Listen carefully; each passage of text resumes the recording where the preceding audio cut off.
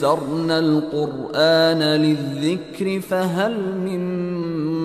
مدكر. هذا القرآن يوحدنا لطريق الخير يوجهنا، الله تعالى أنزله ورسول الله معلمنا، ورسول الله معلمنا، ورسول الله. نحمده ونصلي على رسوله الكريم، اما بعد فاعوذ باللہ من الشیطان الرجیم، بسم اللہ الرحمن الرحیم۔ آج کی نشست میں 8ویں سپارے کی سورۃ الاعراف کا خلاصہ بیان کیا جائے گا۔ سورۃ الاعراف یہ مکی صورت ہے، اس میں 206 آیات اور 24 رکوع ہیں۔ اس سورہ مبارکہ کے آغاز میں قرآن کریم کی عظمت کو بیان کیا گیا ہے، اور اس کے بعد انسان کی تخلیق اور تکریم کا تذکرہ کیا گیا، اور فرمایا وَلَقَدْ خَلَقْنَاكُمْ ثُمَّ صَوَّرْنَاكُمْ ثُمَّ قُلْنَا لِلْمَلَائِكَةِ اسْجُدُوا لِآدَمَ فَسَجَدُوا إِلَّا إِبْلِيسَ۔ انسان کو یہ اعزاز اور تکریم حاصل ہے کہ انسان کو اللہ نے اپنے ہاتھوں سے بنایا، اور پھر اس میں روح پھونکی، اور پھر اس کی عزت اور شرف اور تکریم کو بڑھانے کے لیے فرشتوں کو حکم دیا گیا کہ وہ اس کے سامنے سجدہ ریز ہو جائے۔ اس ضمن میں انسان کو شیطان کے گھنونے کردار سے بھی آگاہ کیا گیا، اور بتایا گیا کہ یہ شیطان، اس نے انسان سے اول دن سے دشمنی مول لی ہے، اور اب یہ قیامت تک حق و باطل کا معرکہ جاری رہے گا، اور یہ شیطان انسان کی راہ کھوٹی کرنے کا کوئی موقع ہاتھ سے جانے نہیں دے گا۔ اس سورہ مبارکہ کی ایک خصوصیت یہ ہے کہ اس میں 4 مقامات پر انسان کو یا بنی آدم کہہ کر خطاب کیا گیا، اور یہ پورے قرآن میں اور کسی مقام پر یہ انداز اختیار نہیں کیا گیا۔ سب سے پہلے آیت نمبر 26 میں ارشاد فرمایا یا بنی آدم قد انزلنا علیکم لباسا یواری سوآتکم وریشا ولباس التقوی ذالک خیر ذالک من آیات اللہ لعلہم یذکرون۔ اے بنی آدم، ہم نے آپ کو لباس کی صورت میں ایک خوبصورت چیز عطا کی، اور بہتر لباس وہ تقوی کا لباس ہے۔ دوسرے نمبر پر آیت نمبر 27 میں ارشاد فرمایا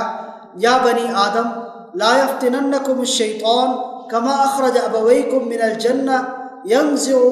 عنہما لباسہما لیریہما سوآتہما، کہ اے ابن آدم، شیطان کہیں تمہیں بہکا نہ دے، اور جس طرح اس نے تمہارے والدین یعنی حضرت آدم اور اماں حوا کو جنت سے نکال دیا تھا اور ان کے لباس اتروا دیے تھے،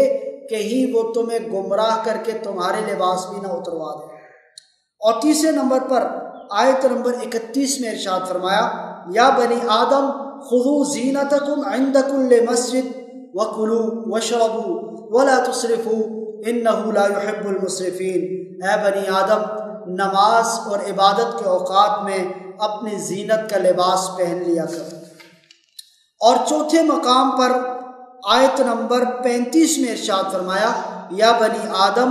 اما یأتینکم رسل منکم یقصون علیکم آیاتی فمن اتقی واصلح فلا خوف علیہم ولا هم یحزنون، کہ اے بنی آدم، اگر رسول کوئی تمہارے پاس آئیں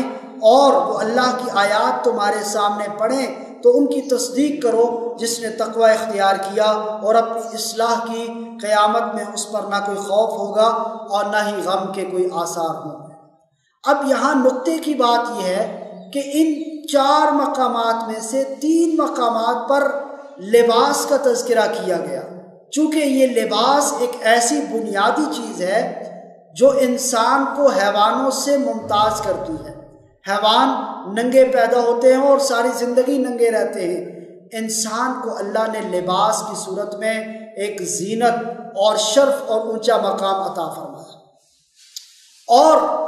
ساتھ یہ آگاہ بھی کیا کہ شیطان کی سب سے بڑی کوشش یہ ہے کہ وہ انسان کو اس لباس جیسی زینت سے محروم کر دے۔ اور بار بار یہاں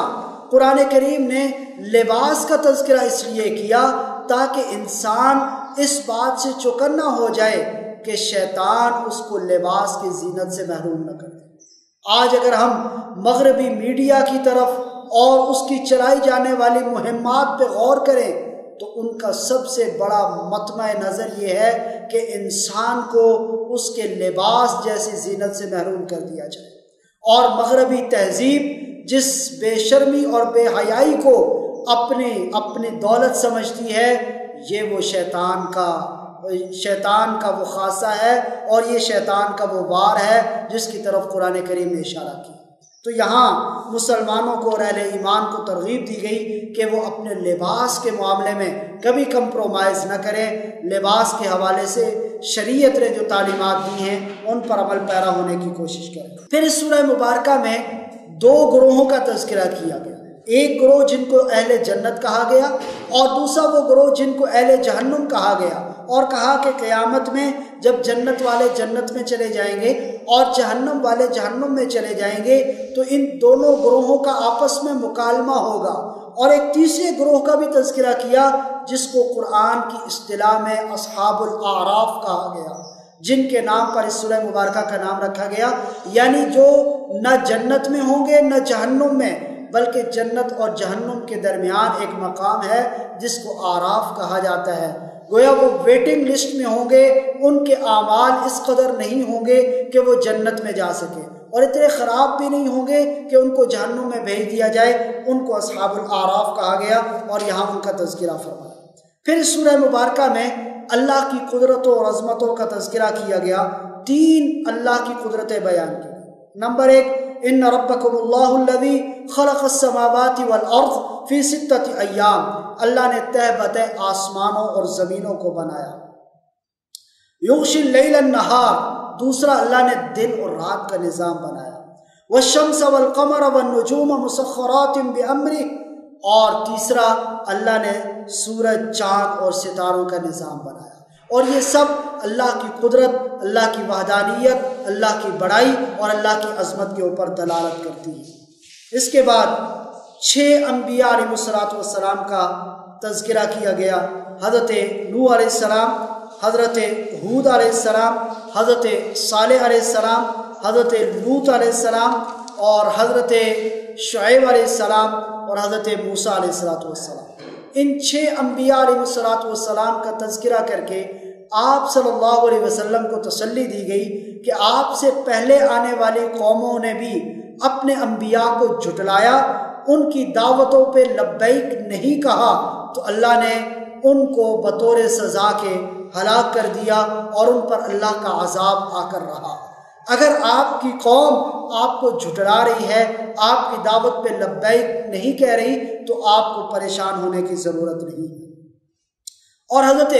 شعیب علیہ السلام کا واقعہ قدر تفصیل کے ساتھ ذکر فرمایا۔ 9ویں سپارے کے آغاز میں ارشاد فرمایا کہ حضرت شعیب علیہ السلام کی قوم کے سرداروں نے ان کو یہ دھمکی دی کہ لَنُخْرِجَنَّكَ يَا شُعَيْبُ وَالَّذِينَ آمَنُوا مَعَكَ مِنْ قَرْيَتِنَا أَوْ لَتَعُودُنَّ فِي مِلَّتِنَا، ہم آپ کو اور آپ کے پیروکاروں کو اپنی بستی سے نکال دیں گے، یا دوسرا آپشن یہ ہے کہ آپ واپس ہمارے دین میں آ جائیں، دوبارہ وہی بتوں کی پوجا اختیار کر لیں جو ہم اور ہمارے آباء و اجداد کرتے ہیں۔ حضرت شعیب علیہ السلام نے ان کو واضح اور دو ٹوک الفاظ میں ارشاد فرمایا کہ ایسا پاسبل نہیں ہے، ایسا ممکن نہیں ہے کہ میں تمہاری بات مان لوں اور میں تمہاری طرح بتوں کی پوجا شروع کر دوں۔ مجھے تو میرے رب نے سمجھ عطا کی ہے، اس لیے اس بات کے اوپر میں قطعی طور پر نہیں آ سکتا جو تمہارا مطالبہ ہے۔ اور پھر اس سورہ مبارکہ میں حضرت موسیٰ علیہ السلام کا واقعہ بہت زیادہ تفصیل سے ذکر کیا گیا کہ حضرت موسیٰ علیہ السلام کو اللہ نے فرعون کی طرف نبی بنا کر بھیجا اور 2 بڑے واضح معجزات ان کو عطا فرمائے۔ ایک تو عصا کا معجزہ کہ جب وہ فرعون کے سامنے گئے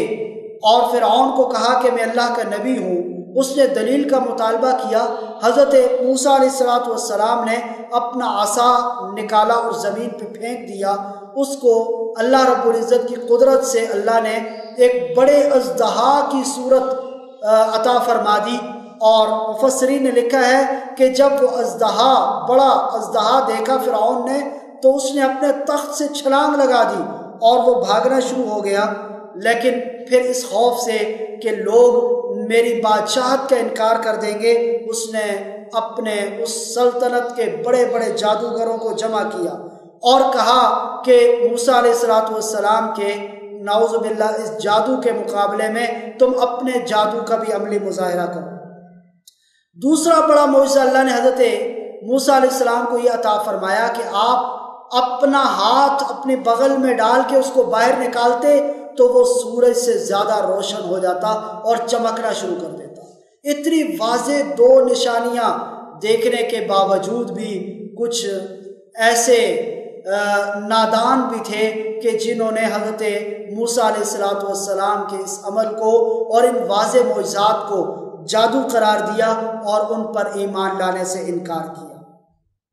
تو یہاں حضرت موسیٰ علیہ السلام کا یہ تذکرہ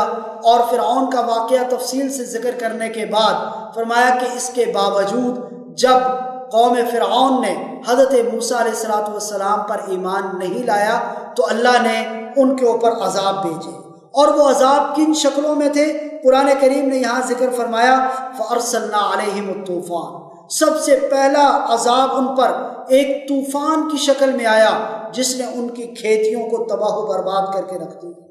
والجراد، اور ٹڈی دل اللہ نے ان پر مسلط کیے